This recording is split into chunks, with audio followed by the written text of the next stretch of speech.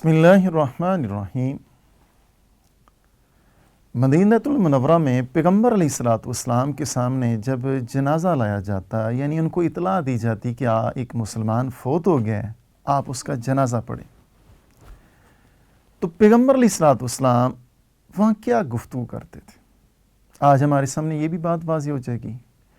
اور پھر ہم تقابلی جائزہ لے سکتے ہیں کہ پیغمبر علیہ السلام میت کے موقع جب سامنے پڑی ہے، جنازہ موجود ہے، جنازہ پڑھتے ہوئے کیا گفتگو کرتے تھے، اور آج کی دنیا میں علماء، مذہبی طبقات یا مسلمان کیا گفتگو کرتے ہیں۔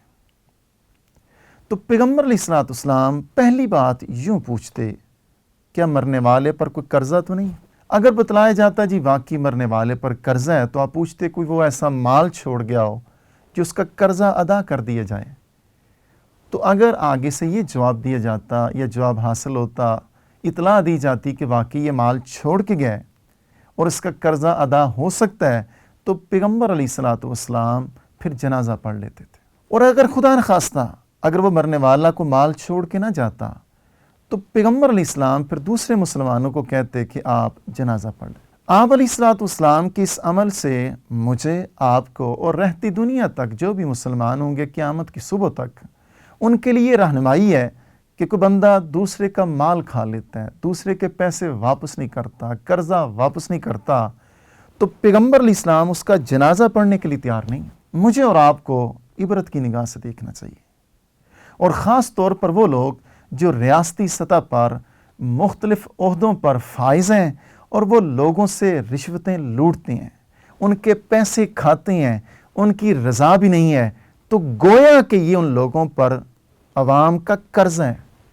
اور اگر وہ قرضہ نہیں واپس کریں گے تو یہ اتنا بڑا جرم ہے کہ اگر آج کی دنیا میں حضرت محمد صلی اللہ علیہ وسلم موجود ہوں تو وہ ان کا تو جنازہ بھی نہ پڑھیں۔ اگلی بات، پھر ایک وقت آیا کہ ریاست ذرا امیر ہوگی، مال کی فراوانی ہوگی، پھر جب جنازہ آتا تو پیغمبر علیہ الصلوۃ والسلام یوں گفتگو فرماتے ہیں، من ترک مالا فلورثتہ، اگر مرنے والا مال چھوڑ کے گیا اس کے ورثاء کو مبارک ہو، ومن ترک کلا، اگر وہ بوجھ چھوڑ کے گیا تو میں بوجھ اتاروں گا۔ گویا کہ اس تعلیم سے پیغمبر علیہ الصلوۃ والسلام ہمارے سامنے یہ چیز واضح کر رہے ہیں، انبیاء اور رسول اس کائنات میں جو تشریف لاتے ہیں ان کے بہت سارے اہداف ہوں گے، ذمہ داریاں ہوں گی، ان میں سے ایک بنیادی ذمہ داری یہ ہے کہ وہ لوگوں سے، انسانوں سے بوجھ اتارنے آئے ہیں۔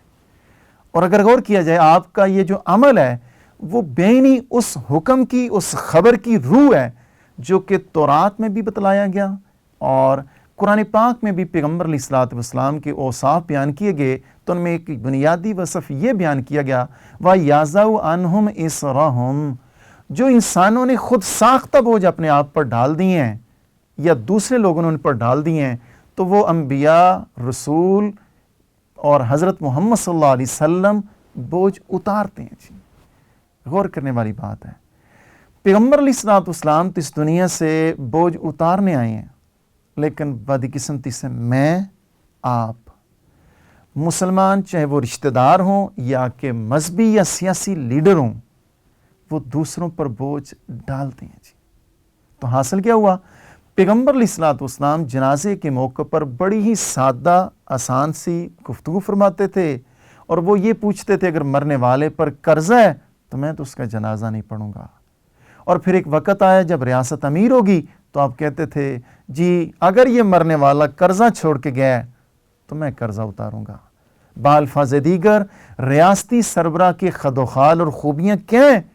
پیغمبر علیہ السلام نے طے کر دیا، وہ لوگوں پر بوجھ ڈالتے نہیں ہیں بلکہ اتارتے ہیں۔ جی، اللہ تعالیٰ مجھے بھی توفیق دے، آپ کو بھی عملی زندگی میں ان تعلیمات کو اہمیت دیں۔ جی۔